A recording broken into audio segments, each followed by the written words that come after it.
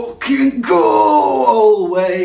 Alvvays have dropped a new album, their third album. And let me tell you right now, before we even get into this review, they are 3 for 3, boys. They are 3 for 3, ladies. Am I right, ladies? They are 3 for 3. They have done it. They have given us 3 albums, and all 3 of them have been really good and absolutely worth your time. And we got to start taking them seriously, because I think when you hit that stage of 3 great albums in a row, you've got to be taken seriously. You know, they ain't to be messed with anymore. In terms of modern bands, I don't think you can go wrong with any of their 3 albums they've put out so far. And this new one, which I was highly anticipating, although slightly worried, because I was just thinking, am I going to love it? Am I going to feel it? Am I going to really sink into it? Because I'll be honest, the singles I had heard, I can't remember which ones they were, I'm not going to lie. Which ones were they? Pharmacist? I don't know, I think that was one of them. I thought they were alright, but I just wasn't like feeling them. But now the album's out, I think the whole thing runs so nicely and is very much justifying everything that they've decided to put together here. I haven't checked this since like Friday or whatever, but the Rate Your Music score for this one was crazy on release. Like it was on like 4.12 or something. I can't imagine it stayed there, and it might even drop after Mr. Melon Man gives it a 5 out of 10 or something. Let's be honest, that does sometimes happen. But we do have to acknowledge that there is a growing fan base and love for these guys. I was impressed with their Spotify numbers too. They have like 2 million monthly listeners. I did not realize they were that big, but yeah, these guys are doing well. But yeah, you got to appreciate the influences. They really come through on the opening track. The My Bloody Valentine influence is pretty clear, I'd say, from the get-go.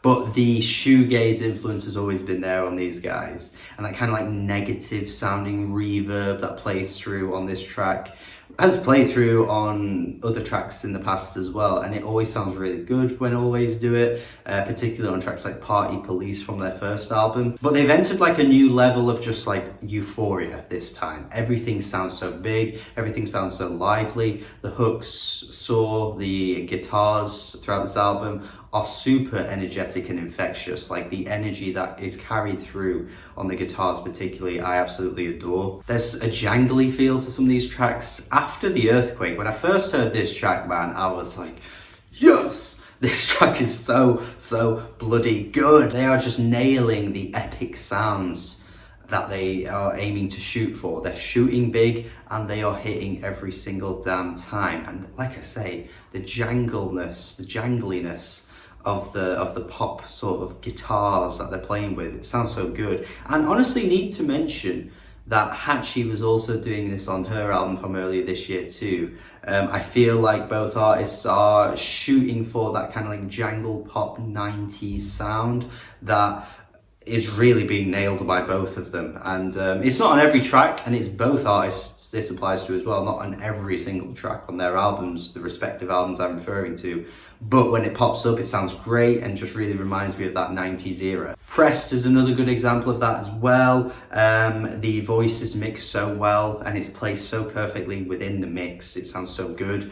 And again, the guitars, honestly, the introduction to this song reminds me a lot of like This Charming Man by the Smiths. Again, another artist going for that similar jangly sound. Many Mirrors, got to talk about this one though. I could gush about this one all day. When I first heard this, I was super impressed with how good this song sounds. One of my absolute favourites of the year, easily. And my God, this song just hits so bloody hard. I just feel like the way the chorus comes through, everything just lifts up. I don't know exactly how exactly they do it, but something just lifts and elevates in the way the song is being recorded, or the guitars just get that extra little bit louder and everything just really like jumps up a level. It's so good.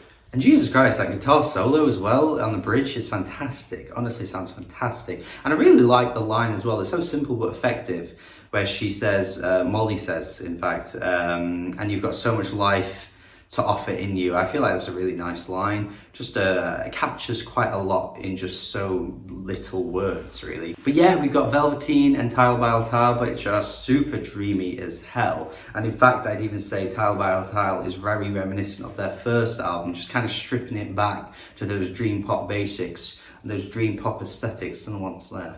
But yeah, it really reminds me of that first album, which I absolutely adore. It's got such a soft spot for that first album, you know. I think people might even call it their worst album now, given this album's come out. But I still have that really nice feeling towards it whenever I hear it. It's so warming.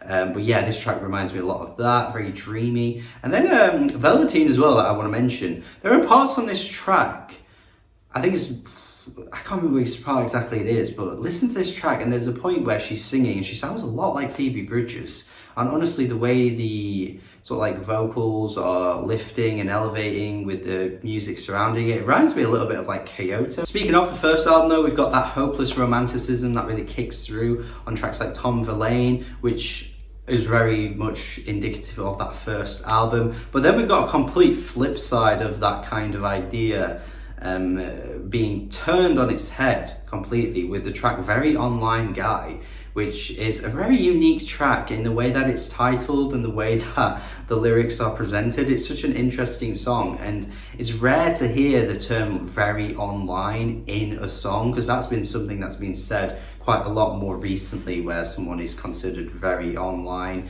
where you're just so caught up in the way the lingo is presented on social media apps and stuff like that. And it's just a song describing that type of person, which I find so interesting. It's a shame that the vocals are manipulated in a bit of a weird way though. I feel like they're trying to experiment on this track a little bit, which I am all for when artists do try and, you know, change things up, but I just thought it didn't really stick the landing all that well. But a cool idea for a song nonetheless. And then you've got Belinda Says, where she says, gonna have a baby, see how this goes, which is such a casual way to talk about having a baby. You do realise it is a very, very serious thing.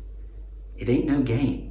You can't be very online when you have a baby anymore. You gotta put that life away. Born in Bristol and Lottery Noises are two super pretty tracks. I feel like the transition into the second half actually goes for like prettier sounding songs, which I'm really all for. But I think the cut-off point is probably Very Online Guy, where you get into these really, really like sparkly, glossy sounding songs, which sound beautiful, by the way. And yeah, honestly, Alvvays are just killing it. They're just making really great produced, well-performed sung music that, again, is just hitting those heights of Euphoria that I'm just really a big fan of. In terms of dream pop, you can't go wrong with this band. And yeah, they've got their influences, but like I mentioned already earlier in this review, Hatchie is another artist who has her influences, but it does not drag down the quality of the music. Like seriously, these two artists, and among other modern artists today that are pulling from shoegaze, pulling from dream pop, from yesteryear, are doing it so well, and it doesn't feel like it's entirely, you know, copycat at all. It doesn't to me anyway. I don't think so. So yeah, with that being said, I think an 8 out of 10 for this album. I think the quality of what it offers and what it brings is right there on a plate for you. You don't really need this Very Online Guy to tell you all this stuff. You know exactly why this album's good. If you embrace the sounds and embrace the choruses and embrace the vocals and embrace how epic some of these tracks really reach, you'll understand why this gets an 8 out of 10. And if you've heard it already, you certainly know why I think it's this good. And that's it, that's my review. Thank you as always for watching. Do let me know your thoughts in the comments though, if you like it. If you don't like it, would like to see why you don't think it's good. But of course, as always, subscribe if you haven't already. Please check out my Patreon, as always. The link's in the description. Subscribe, like the video, have a good day, and goodbye.